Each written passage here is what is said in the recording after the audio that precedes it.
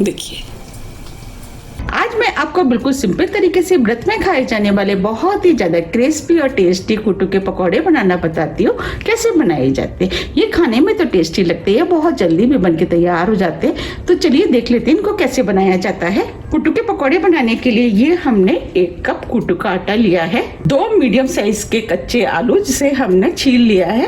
अब ये जो हमने आलू लिए थे उसमें से हम 1 आलू ले लेते हैं और इस आलू को हम इस तरीके से गोल गोल काट लेते हैं। हमें इस तरीके से आलूओं को काटना है। अगर आपके पास चिप्स काटने वाला है तो आप उससे भी इन आलूओं को काट सकते हैं। अब मैं आपको दिखा भी देती हूँ कि हमें किस टाइप के कटे हुए आलू चाहिए। हमें बस इसी टाइप के कटे हुए आलू चाहिए। ये आलू ना ही ज्यादा मोटे और ना ही ज्यादा पतले। इस तरीके से हम दोनों आलूओं को काट के तैयार कर लेते हैं। ये हमने दोनों आलूओं को काट लिया है। अब हम इसके अंदर 1 गिलास पानी डाल देते हैं जिससे कि आलू काले ना पड़े। अब हम आलूओं को साइड में रख देते हैं और पकौड़ों के लिए घोल बना लेते हैं। ये हमने मिक्सिंग बाउल लिया है, जो हमने कुट्टू का आटा लिया था वो हम इसके अंदर डाल देते हैं। अब पकौड़ों को चटपटा और टेस्टी बनाने के लिए इसके अंदर आधी टीस्पून काली मिर्च डाल देते हैं जिसे हमने महीन पीस लिया है। 1 हरी मिर्च आप अपने टेस्ट के अनुसार थोड़ी सी कमी या ज्यादा भी कर सकते हैं। अगर आपको ज्यादा चटपटी पसंद है तो आप 2 मिर्च का भी इस्तेमाल कर सकते हैं। हम व्रत के लिए बना रहे हैं तो अब हम इसके अंदर सेंधा नमक डाल देते हैं, नमक टेस्ट के अनुसार, थोड़ा सा हरा धनिया। अगर आप व्रत में जो भी चीज नहीं खाते आप उसके बिना भी इन पकौड़ों को बना सकते हैं। और आप चाहें तो इसके अंदर अदरक का भी इस्तेमाल कर सकते हैं। आप अदरक को कद्दूकस करके डाल सकते हैं। अब हम सभी चीजों को मिक्स कर लेते हैं। अब ये सभी चीजें अच्छे से मिक्स हो गई हैं। अब इसके अंदर हम थोड़ा थोड़ा पानी डाल करके घोल बनाएंगे। हमें इन पकौड़ों का घोल बिल्कुल उसी तरीके से बनाना है जैसे कि हम नॉर्मली पकौड़ों का घोल बनाते हैं। पानी हम थोड़ा थोड़ा करके ही डालेंगे जिससे कि इसमें ज्यादा ना हो जाए। पानी को अच्छे से मिक्स कर देते हैं और थोड़ा सा पानी और डाल देते हैं। अब जो पानी बचा था उसे भी डाल देते हैं। हमने इसमें 1 कप पानी का इस्तेमाल किया है। अब ये बैटर बिल्कुल ठीक है, बस हमें इसी टाइप का बैटर चाहिए।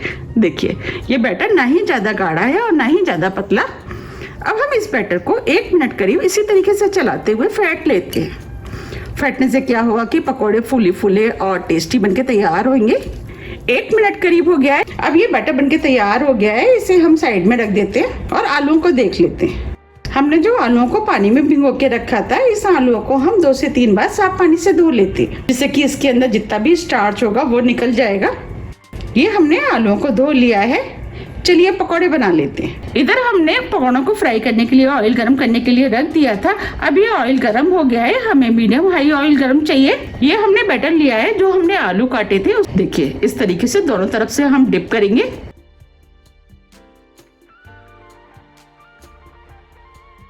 देखिए, इसमें अच्छे से कोटिंग हो रही है और ऑयल में डालते जाएंगे।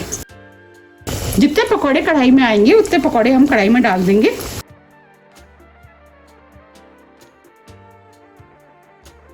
इन पकौड़ों को बनाना बहुत आसान है, झटपट बनके तैयार हो जाते हैं। अगर आपके पास टाइम नहीं है और आपको व्रत के लिए कुछ बनाना है तो आप इन पकौड़ों को बना सकते हैं और ये खाने में भी टेस्टी लगते हैं।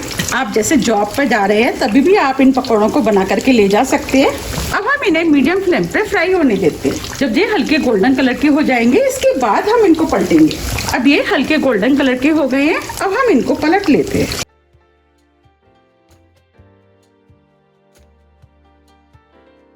देखिए, पकौड़े फूल गए हैं।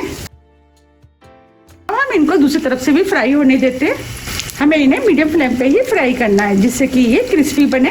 अब हम इन्हें उलट पुलट कर क्रिस्पी होने तक फ्राई कर लेते हैं। आप देख पा रहे हैं ये हल्के गोल्डन कलर के हो गए हैं और क्रिस्पी भी हो गए हैं। अब इनको निकाल लेते हैं। अब मैं आपको सुना भी देती हूँ।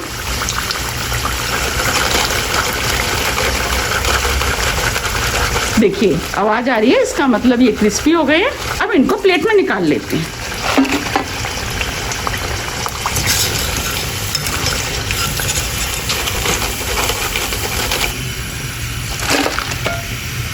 आप देख पा रहे हैं कितने बढ़िया फ्राई हुए हैं। अब हम कढ़ाई में और डाल देते हैं। आप चाहें तो आलूओं को इस तरीके से डिप करते हुए चम्मच से भी डाल सकते हैं। आपको जो भी तरीका पसंद आता है आप उस तरीके से डाल करके इनको फ्राई कर सकते हैं।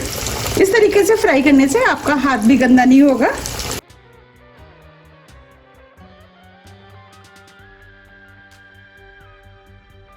अगर ये वाले पकौड़े आपने पहले कभी नहीं खाए हैं तो आप इनको एक बार जरूर ट्राई कीजिएगा, आपको ये बहुत ज़्यादा पसंद आएंगे और ये खाने में तो बहुत ही ज़्यादा टेस्टी लगते हैं। अब इनको भी बिल्कुल उसी तरीके से फ्राई करेंगे जैसे हमने पहले किए थे। आप देख पा रहे हैं कितने फूले फूले पकौड़े बनके तैयार हुए हैं। अब ये भी फ्राई हो गए हैं, इनको भी निकाल लेते हैं।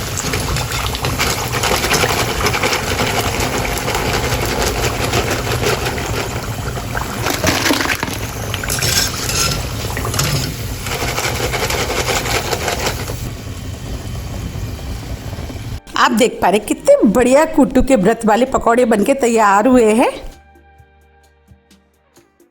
अब मैं आपको पास से भी दिखा देती हूँ, देखिए कितने फूले फूले बनके तैयार हुए हैं। अब मैं आपको दिखा देती हूँ कितने क्रिस्पी बने।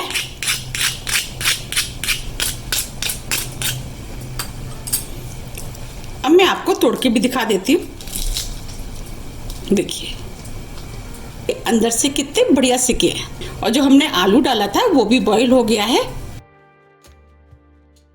बनी है ना कितने बढ़िया। चाहे तो इन्हें व्रत वाली चटनी दही आप किसी के साथ भी खा सकते हैं, ये सभी के साथ खाने में टेस्टी लगते हैं।